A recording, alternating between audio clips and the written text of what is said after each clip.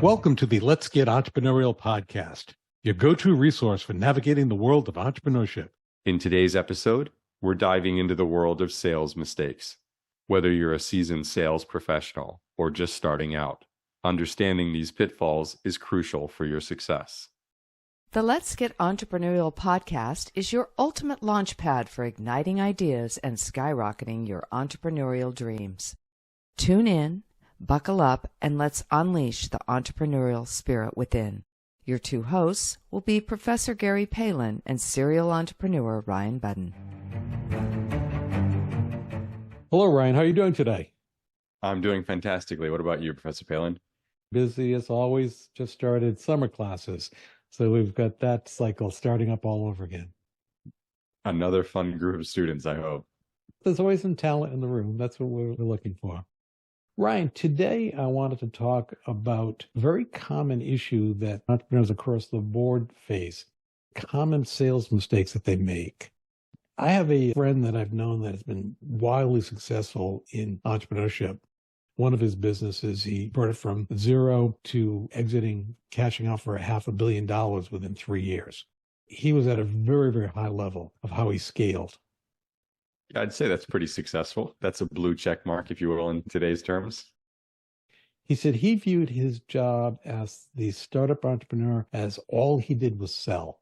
He said he obviously sold to customers, but he had to sell to investors.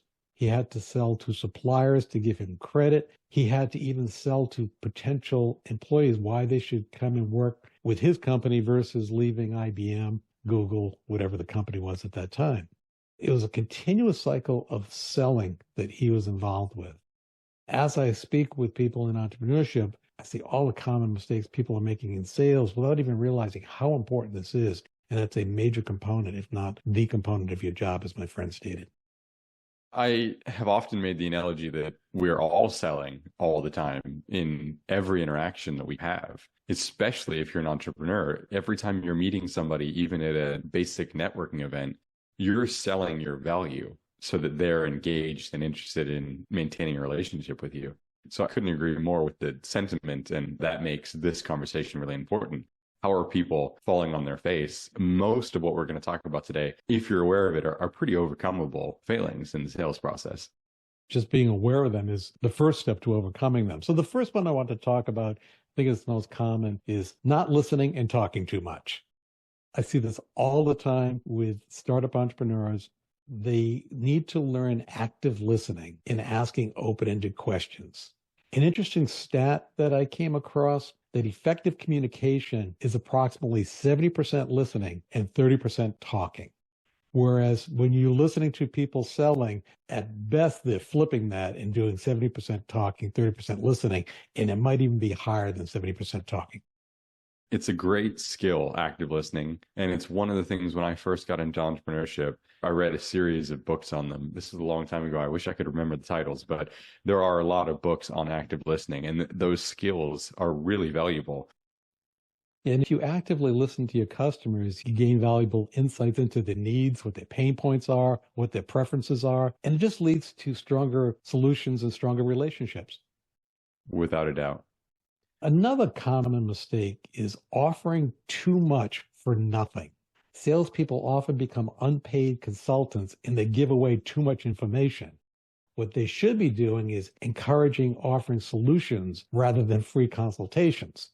So let me give you an example with that. With your work, you do a lot with KPI, key performance indicators. So if you're speaking with a potential client, you might suggest a particular KPI to use to solve their problem. If you were consulting, you would be teaching them how to do it versus offering a solution. You will talk about the benefits of doing it, the results of doing it, looking to close the sale for you to do it for them. That's exactly right. And that's a huge thing, particularly in consulting, is everybody wants that initial engagement call to be free advice, to be the first free consulting session. And you often have to put very clear parameters, as you do for other businesses, but particularly in consulting, on what is going to be available during that first call and then what the subsequent follow-up is. Another mistake, and it ties in with the not listening, but it's not focusing on the solution. They tend to talk about or getting lost in product features instead of pain points. So they have this spiel of this is what my product does without solving on, does it resolve the customer's critical problem? So they're not focusing on the solution. They are focusing on product features. And with that, the specific features that matter to your client. Coming from my software background, I can't tell you how many times we've gotten with a client who's very interested and whoever's leading the presentation, who's just really nailing on all of our really great features. And half of them don't have anything to do with the client we're pitching to. That time could be spent much more effectively by just going over the features that are important to them and allowing for more of a discussion around that, not just naming these other cool things that we can do because we can do them. And if you listen properly to the customer, you may find out there's a feature with your product that you don't have. And then you start discussing how can that be implemented or can it be? Before we started this episode, you and I had this exact conversation about a feature with the Janus assessment. We know we can implement it, but at what cost? What's the time frame? What's the rollout? What's the benefit of this? Right. That's exactly right. Another mistake is discounting the discovery call. And if someone's not familiar with the discovery call, it's not a cold call where you don't know someone, but the discovery call is the first conversation with the prospect after they show initial interest in the product. And very often people underestimate the power of that discovery call, and they will skip through, again, the discussion we had about products, and they miss opportunities. They forget to get the crucial insights on the prospect's needs, challenges, and goals. And that discovery call is the best place to find out about your client. I'll lump that in with just lack of preparation in general. I can't tell you how frustrating it is on my end because I get a lot of these calls and I've also listened and been part of them when clearly the person on the phone has no idea who you are or what you do. I'm not advocating for you doing an hour's worth of research, but throw them in Google. What industry are they in and what do they basically do? If you know that stuff, you're going to sound like you know a lot more than if you just next number on the call list. That's another one of my errors that people make is not preparing for important sales calls. And there's a simple formula associated with this. Lack of preparation equals missed opportunities. Easy. Yeah. You don't even have to do any math in that formula. Research your prospect, understand what their pain points are, and tailor your approach to your research so you're not wasting a lot of time. And usually you have a short time frame to speak with a prospect, especially early when you haven't built any trust, and you better hit the key issues. And you're really off-putting as a salesperson if you don't know that stuff. And that goes to tying in with similar type of mistakes is making statements versus asking questions, which ties into this whole issue of lack of preparation. Avoid having pre-scripted statements and using it every time. Open-ended questions are much better in addressing these issues. And the pre-scripted statements is really important too, because I know as salespeople, you sort of memorize a pitch, if you will, and that's really important to do. It's a great thing to know the core of what you're going to say and how to say it really well. But you've got to be careful. There is a tipping point where your robot voice takes over and your active voice ends. And that's at the point where you need to just be careful you're not sounding like a robot, sounding like you say this over and over again, and therefore conveying a lack of importance. I use statements for consistency, and I think of it as modules. So I will pull out the statement specifically after the active listening, finding out what the customer's needs are. So I'm not just going across a list of statements, I'm pulling out pertinent statements. Yeah, that's a great strategy. And that takes time, I will say. And as the solution to how do you overcome that is you practice it. You make sales calls and you do the pitch over and over again. And you'll see what of these modules, I like that as a terminology, are reacted to well. So you can use them in the next call and the next call and the next call. Another very common mistake, and one of the more common ones I see, is not asking for what you want. And the stereotypical one is people forget to ask for the order. But it's beyond that. You want to be clear about your expectations, and you might ask for specific commitments. You might ask for a next meeting with the decision maker if you have to go through a tier of people. Understand when you walk in, what are the expectations of this meeting, and ask for what you want. I have said this a lot in the past to companies I'm consulting with when I hear their first sales calls, and people look at me like I'm stupid. But when you really go back and listen to it, they don't ask There's never like and here's where we're asking for the money, or here's where we're asking just to create an account, or whatever it is. They just will get off the phone and they're like, that was such a great meeting. We had a really fantastic discussion. And my feedback oftentimes when I start with them is, yeah, but what did you get out of it? We learned a lot about a really interesting client, but you didn't make any money and you didn't get another meeting, whatever the objective was. The ask is something that's very often missed.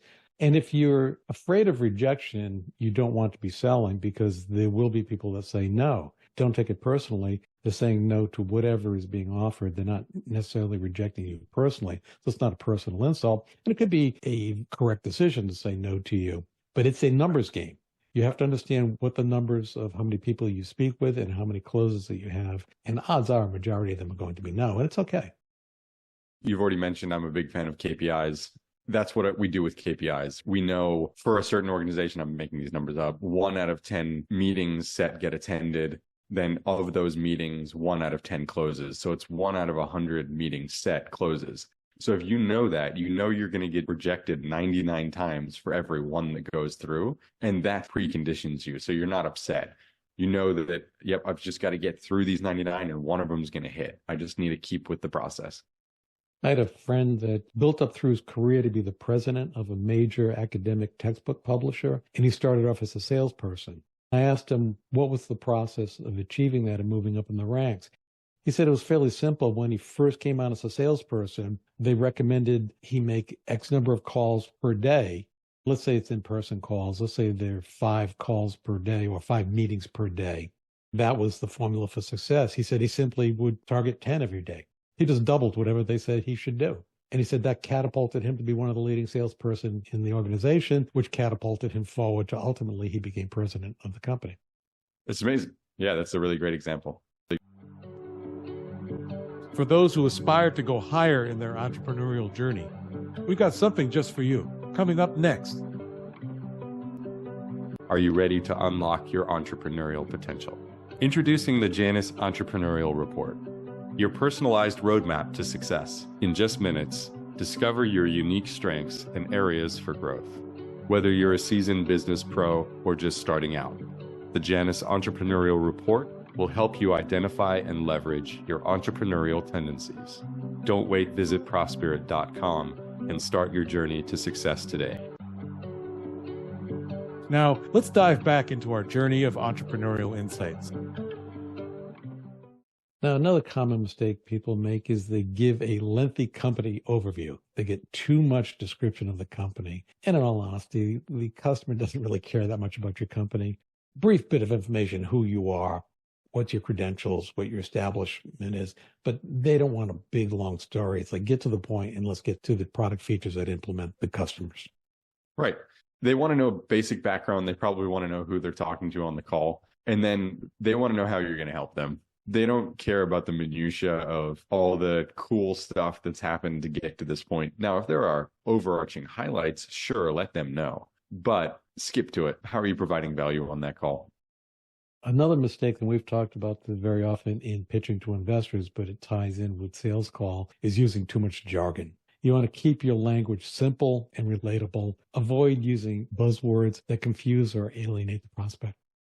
Without a doubt. You often see that when you're in the sales process and you bring in the technical experts, which is a really important part of the sales process, right? People that can speak very exactingly about how whatever solution you're providing fits their needs. Those people are experts for a reason. Making sure they understand they're on a sales call and not the implementation or the other side of their relationship is really important, so that they're still speaking in general terms how this is going to help and making sure everybody can follow along.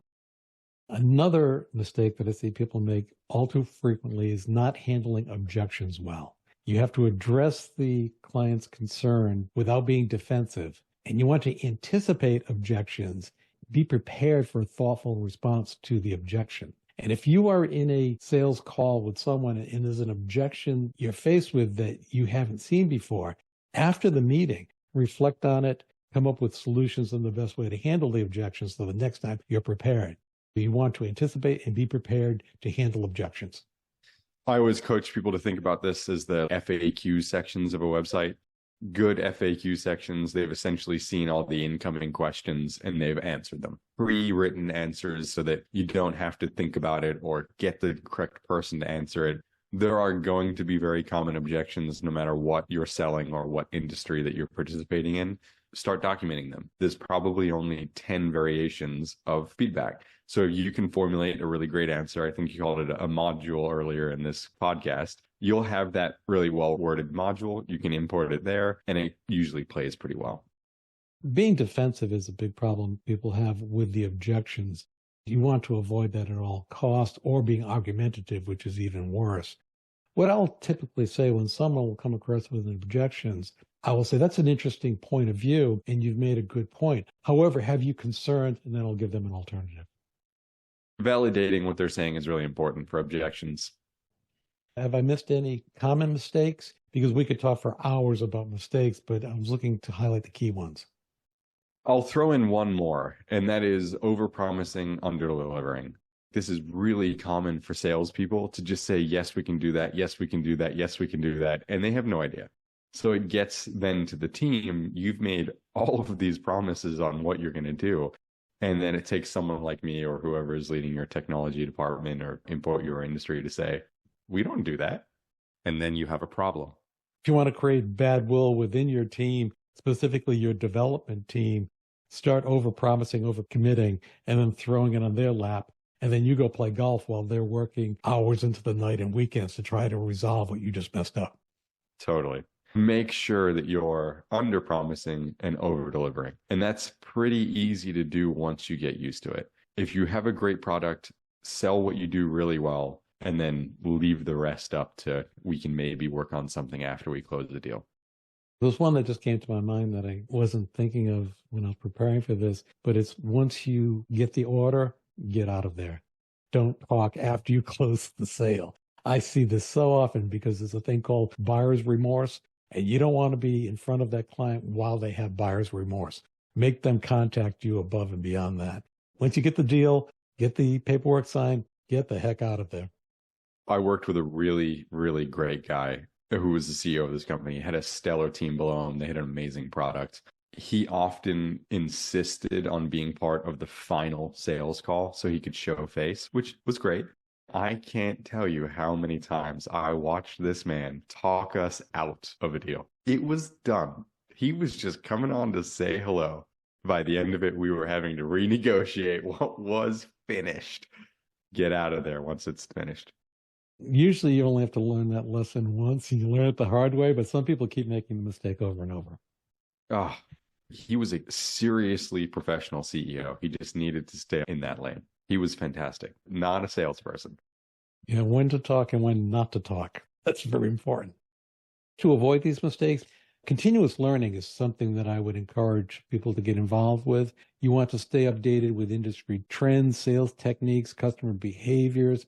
You can attend workshops, read books, follow thought leaders, but continuously learn the component of selling. Absolutely. And keep it fresh. That goes along with continuous learning. It is a skill, just like anything else. You can get rusty at it. Don't expect sales acumen to just stay there for your entire career. You will get back to that awkward feeling, and you have to break through that, and soon you'll be sailing like you were before. Another area is you want to master active listening. That's something that most people are not very good at, active listening. So they want to practice it in non-professional or business environments. If you're at a social function, practice your active listening skills.